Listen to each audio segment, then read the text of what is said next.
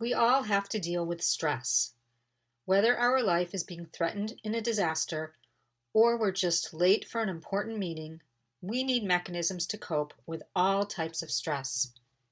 It is commonly said that life is not what happens to us, but how we choose to react to what happens to us. Today, we're going to talk about healthy versus unhealthy coping mechanisms and how you can use these strategies to help yourself or share them to help others. Welcome to Mental Health Collaborative, a nonprofit organization dedicated to educating our community in mental health literacy. We believe that a foundational education about mental health promotion and understanding mental health and mental illness will lead to more resilient communities and decreased stigma. We believe that mental health literacy is a right and need of everyone. Thank you for joining us. When we are faced with too much stress or are having difficulty dealing with stress, using healthy coping mechanisms can allow us to feel in control, calm, and ready to handle whatever is causing us stress.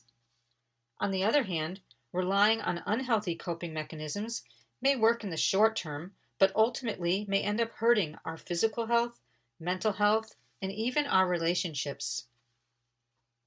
Here are some of the healthy ways we can cope with stress.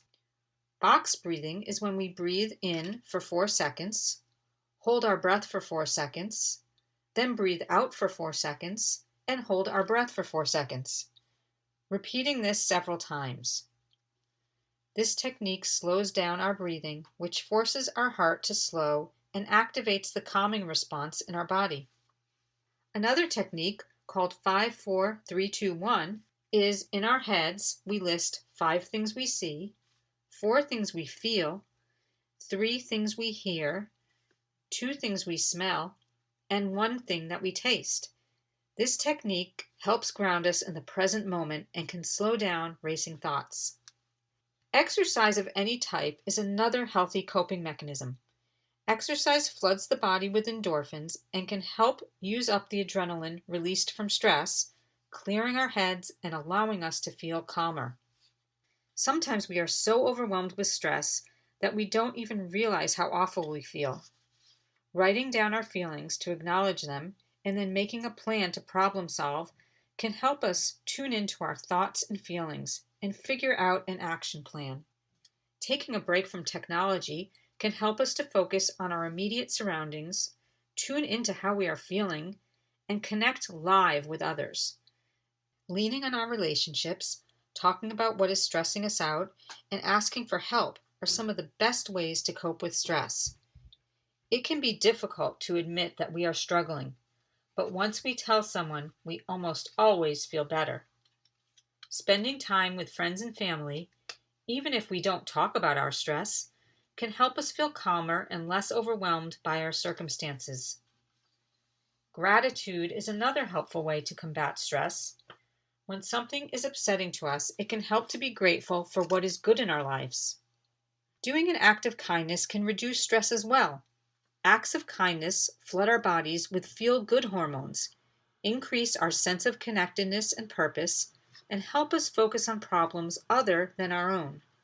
Here are some unhealthy coping mechanisms to watch out for and avoid. Alcohol and other substances can be used to dull or numb the pain of stress, but this effect is temporary, does not resolve the problem, harms us if we do it too much, and can become an addiction. Similarly, overeating or undereating creates an unhealthy relationship with food, can harm us by starving or overfilling our body and creating additional emotional stress. It fails to address what is actually stressing us out. Avoiding the problem by using social media, work, television, sleep, or other distractions can work to prevent us from thinking about our stress, but it does not resolve the stress. Social withdrawal and aggression are also unhealthy ways to cope with stress. We may withdraw if we are overwhelmed and do not have the energy to interact with others. However, interacting with others almost always helps relieve our stress.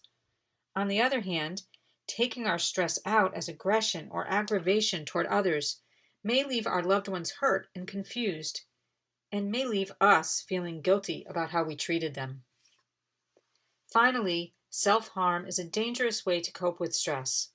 If you or someone you know self-harms, please seek professional help immediately.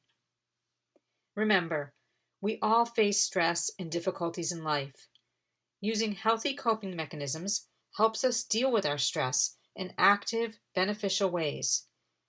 There are always ways to problem solve and strategize, no matter what our stress may be.